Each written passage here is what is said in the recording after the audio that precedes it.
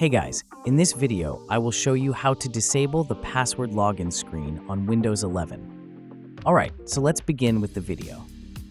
Now if you go to your taskbar search and type net.plwiz and hit enter. Here at the user account, you don't see the option that lets you disable. Users must enter a username and password to use this computer. Now let me show you how to re-enable it. From the taskbar search, let's type CMD and click on Run as an administrator from here, and click Yes when prompted.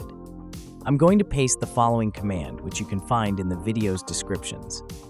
It will modify a registry value to enable the option we want. It should be safe to use, and let's hit enter.